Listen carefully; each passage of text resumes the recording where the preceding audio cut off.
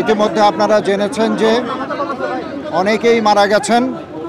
এই মৃত্যু কাম্য নয়, এই মৃত্যু কখনো মেনে নেওয়া যায় না। আমরা তদন্ত কমিটি করেছি। আপনারা এই ভবনটা দেখেছেন, এই ভবনটাতে একটা মাত্র সিঁড়ি আছে। তারপরে আরও দেখেন এই ভবনটাতে যেখানে মানুষ আপনার যে স্মোকের শিকার হয়ে মানুষ যে পড়েছিল অচেতন অবস্থায়, সেই জায়গাটাতে কোনো ভেন্টিলেশন নাই। আমরা আসলে একটা তদন্ত কমিটি করেছি। আমরা দেখতে চাই কারো কোনো গাফিলতি আছে কি না, এই ভবনের ফায়ার সেফটি প্ল্যান অনুমোদিত কি না, ফায়ার সেফটি প্ল্যান আছে কি না, এবং সেই অনুযায়ী এছাড়া অন্য যে প্রতিষ্ঠানের অনুমোদন অনুযায়ী ভবন নির্মাণ করা হয় এই ভবনটা সেভাবে নির্মাণ করা হয়েছে কি না, সমস্ত কিছু আমরা পরীক্ষা করে দেখব।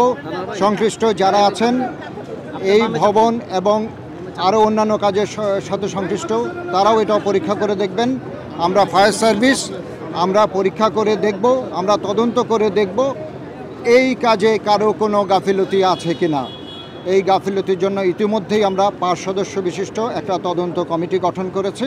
এই তদন্ত কমিটির মাধ্যমে আমরা জানতে পারবো কিভাবে আপনার আগুনটা লেগেছে এবং এর পিছনে কারো কোনো দায়ী আছে কি না। যারা দায়ী থাকেন সেই অনুযায়ী আমরা ব্যবস্থা গ্রহণ করব। আমরা জানতে পেরেছি যে এখানে অফিসের অনুমতি নিয়ে বাণিজ্যিক ভবন বানানো হয়েছিল, তো এই ব্যাপারে আপনি এটা হচ্ছে আমরা শুধুমাত্র ফায়ার সেফটি প্ল্যানটা দেখি। আমি আশা করি এটা আপনারা রাজুকের সাথে আলোচনা করতে পারেন। রাজুক আপনাকে এটা বাণিজ্যিক এবং আবাসিক এই প্ল্যানগুলোর অনুমোদন রাজুক দিয়ে থাকেন। এখানে প্রায় অর্ধশত মানুষ মারা গেছে। এখানে এই ভবনে যারা আমরা শুনেছি যে এটা এক্সটেনশন করা হয়েছে এবং অনুমোদনহীনভাবে করা হয়েছে, অফিসের জন্য অনুমোদন নেওয়া হয়েছিল। সেই ক্ষেত্রে যারা মারা গেছে তাদেরকে কি হত্যা মামলায় জড়ানো হবে যারা দায়ী? এই কথাটা আমি একটু আগে বলেছি। এই বিষয়টা সংশ্লিষ্ট কর্তৃপক্ষ আছেন, তারাও দেখবেন, আমরাও দেখব এবং আমরাও একটা তদন্ত কমিটি করেছি। আমি আশা করি যারা সংশ্লিষ্ট কর্তৃপক্ষ এটার সাথে জড়িত আছেন তারা বিষয়টা দেখবেন এবং বিষয়টা অনুযায়ী দেখার পর তারাও তাদের প্রয়োজন অনুযায়ী ব্যবস্থা নেবেন।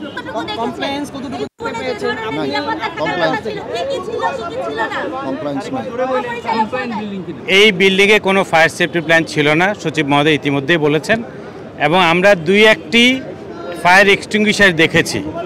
কিন্তু সবচেয়ে বড় যেটি কথা, একটি মাত্র সিঁড়ি এবং একটি মাত্র এই একটাই পথ, যার জন্য এবং যেই রুমে মানুষজন আশ্রয় নিয়েছিলেন সেই রুমে একটি জানালাও নেই। এটা কি আপনাদের ঝুঁকিপূর্ণ ভবনের তালিকায় ছিল কিনা, আগে পরে কোনো ইয়া হয়েছিল কিনা?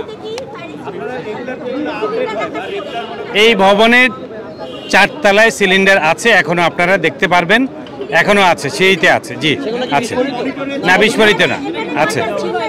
নোটিশ দেওয়া হয়েছে, এইটা আমরা বিস্তারিত তদন্তের পরে বলতে পারবো। এখনো জি আমরা নোটিশ দিয়েছি। সংবাদ, ফিচার ও অনুষ্ঠানের জন্য ভিজিট করুন সংবাদ প্রকাশের ওয়েবসাইট এবং যুক্ত থাকুন ফেসবুক পেজ ও ইউটিউব চ্যানেলের সঙ্গে।